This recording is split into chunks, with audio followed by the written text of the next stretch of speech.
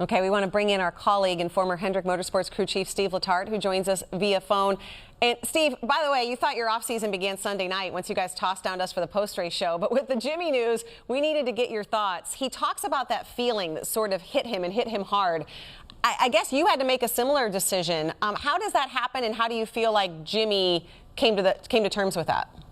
Yeah, Christian, thanks for having me. I never thought I would be able to relate to a 7-time champ. Jimmie has done so much in his life, but you bring up the moment when I knew my time on the pit box had kind of come and it was ready to move on. And I understand what he means. It's hard to describe, but there's this comfort to know that there's more for you to do kind of out in the world, in racing and in other things, in your family life as a dad and a husband. And, you know, I consider Jimmie not only a great competitor but a close friend, and I'm very thankful to hear how comfortable he is with this decision. I know myself specifically have probably taken for granted how great it's been watching a 7-time champion race. And this gives me, selfishly, another season of watching him on the racetrack and mentally preparing to watch a race without a 7-time. You know, he's so good. He's such a great ambassador for the sport, for sponsors, and just a great guy in general. It's great to hear that he's comfortable with the situation. Steve, you know, you got to spend that time as basically a teammate to Jimmie, and you said, you know, you almost took advantage watching him. I think a lot of us did. You know, you don't really fully appreciate what someone like he is doing until it's kind of at the end. My question, though, is when you were a part of that, what did you notice during that time, in those times, over those years? He was winning those championships and doing things that maybe made you think, wow, that is why he eventually became a 7-time champ and be winning championships at the time. His drive for success matched Chad week in and week out. I tell the story. We were in Miami testing years and years and years ago, and we were leaving the hotel at like 6 a.m. to go to the track, and here came Jimmie Johnson jogging back into the hotel parking lot after his morning run at 6 a.m. And that's the drive he brought to every single race when I was his teammate.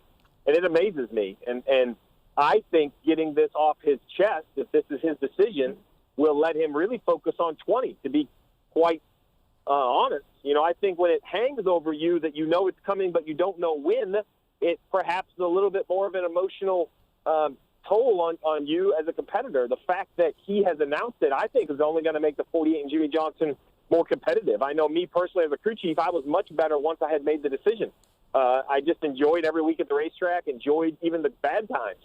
And I think that allowed me to be better on top of the pit box. And Jimmie Johnson, I would love, as much as I think everybody would, to see him go back to victory lane, and perhaps this weight off his shoulders will allow him to kind of freewheel a little bit and just be back to that smiling Jimmie Johnson.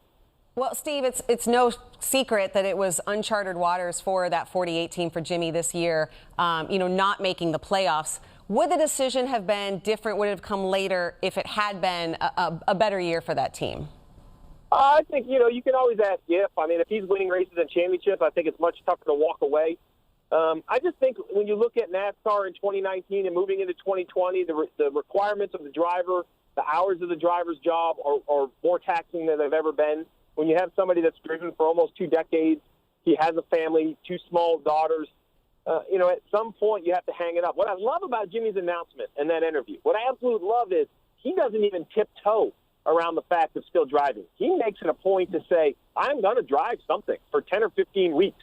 I love that about Jimmie, right? And it could be NASCAR, IndyCar, IMSA. Really, I don't rule anything out, to be quite honest. I think he could drive whatever he would ever want to drive. And I think as a race fan, not a NASCAR fan, but as a race fan, I applaud that. I feel blessed to think that someone as great as Jimmie Johnson is going to enter other marquee events. He talks about NASCAR marquee events. Well, maybe it's the Rolex. Maybe it's an IndyCar race. Who knows where it will be? But whatever he's driving, I'm going to be watching. No doubt. I think that's really exciting. You mentioned the IndyCar, some of the things he wants to do out there. I think, you know, he was kind of inspired by that Fernando Alonso ride swap, you know, in terms of going and driving that F1 car and getting that chance and thinking, hey, you know what, I'm not too bad at this. It was kind of a rumor out there that he was really fast at it, too. So I think that sort of opened his eyes a little bit, as you said, to maybe going out there and racing things all over the world. You know, we've seen some big names retire in the last couple of years, Steve. What do you feel like the sports reception is going to be in terms of what we've seen out of other drivers' tracks, going out there and giving, you know, different celebrations, different odes to the drivers? What do you expect for Jimmie Johnson in this 2020 year? Well, I think the Jimmie Johnson retirement tour should match perhaps Jeff Gordon, you know, Tony Stewart. I imagine every track is going to want to give him a wonderful send-off. I think as a competitor, they're going to appreciate racing against Jimmie Johnson. But if the young competitors don't see the opportunity, the vacuum of wins leaving the sport, that's a huge opportunity for someone. Someone has to win these races. So when I look at the younger stars that are there battling, we have our current crop, right? We have the 4 that went to Miami. Well, as someone like Jimmie steps aside, who fills that gap, right? First of all, who fills the 48 car? It's an interesting question. And who fills that gap in the fan base of NASCAR? It's going to be interesting to see.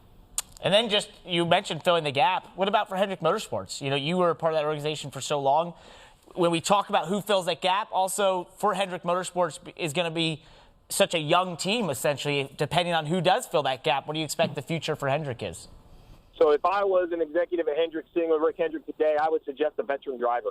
I think Chase Elliott's outstanding. I think William Byron is showing tremendous improvement. I think they already have youth on their side. Those 2 drivers are so young. I don't think it's necessary to have 3 young 20-year-old drivers. There are some veteran drivers out there that I feel would enjoy driving at Hendrick Motorsports, and they could become what I consider a franchise asset.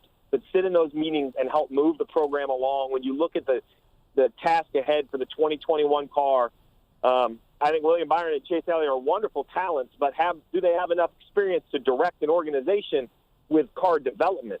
I would be looking for a veteran driver, someone who has won races, someone who has driven good equipment. That's who I think should fill that role and that 48 car, knowing that you have youth. William Byron is going to win a ton in his career. Chase Elliott is going to continue to win. I think a veteran would be the angle I would take. Well, thank you, Steve. Sorry we cut into your off season a little bit, but big news today. We're glad you could join us. Big news, and I'm happy for Jimmie. I'm happy for everyone involved that the announcement's out. I'm excited to see him on the track in 2020. And Krista, I'm officially shutting my phone off, so don't try to call me back. Hey, Motorsports fans, thanks for watching. Make sure you hit subscribe before you go for all the latest news and highlights across motorsports.